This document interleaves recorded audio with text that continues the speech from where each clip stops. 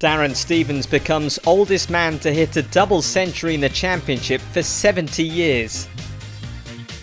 After securing safety in Division 1 of the Specsavers County Championship last week, Kent travelled to Leeds to take on Yorkshire at Emerald Headingley.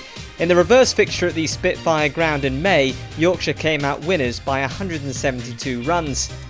After winning the toss and choosing to bat first, Kent made a poor start to their innings, with early wickets falling. 2 wickets in one Dwayne Olivier over gave Yorkshire a dream start. Crawley was the first to go, LBW for 4 runs. And then 4 balls later, Ollie Robinson aborted a drive and tried to leave the ball at the last moment, the indecision resulting in a thin edge to the keeper. They were soon 3 down, and again Olivier with the wicket, Faf du Plessis gone for a duck, carnage in the first half hour of play. They were then 4 down. Matt Fisher bowled an absolute jaffer which pinned Daniel Bell-Drummond to the crease and removed the off stump.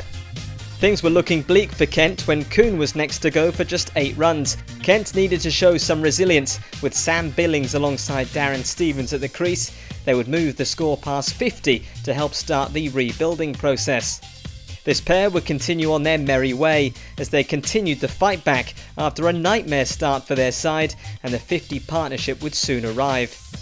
Shortly before lunch, Stevens reached his half-century in fine style, belting Patel over the top for 6, 50 off just 59 balls. Lunch arrived with the score 112 for 5. More of the same required for Kent in the afternoon session, and these two were showing no let-up with the sun shining at Headingley. Stevens in particular was on the attack and firing his second maximum of the innings off the bowling of Patterson this time. Kent really were creeping back into this contest. Billings was soon celebrating his half-century, a vital knock coming off 81 balls, the partnership worth 118. They weren't done there, as Stevens was in the mood for 6s, again clearing the ropes off the bowling of Patel. Stevens was putting on a show, and in the 50th over he hit 2 boundaries to move past his century, a rich vein of form for the veteran who scored 88 and took 10 wickets last week against Notts. A quite simply awe-inspiring display from Stevens, crashing the ball to all parts of the field. T would arrive with Kent 316 for 5. In the evening session, Sam Billings would waste little time in securing his century. Successive boundaries off the bowling of Patterson brought up the landmark, 100 runs off 157 balls. A few overs later, it was the double century scored for Stevens, a push into the offside and a dashed single bringing Stevens his 4th double century, 202 balls, 24 4s and 7 6s. Records were tumbling as Stevens soon secured his highest ever first-class score as he moved past 211. Kent's highest ever 6th wicket stand also breached today by Stevens and Billings.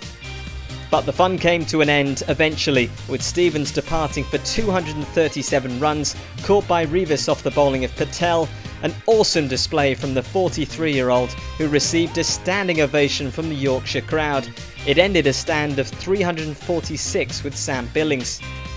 Kent was soon moving past 400, and remember this was a side who in the morning were at 39 for 5. Billings would depart for a superb 138 runs as Olivier secured his fifer, caught by Adam Lyth.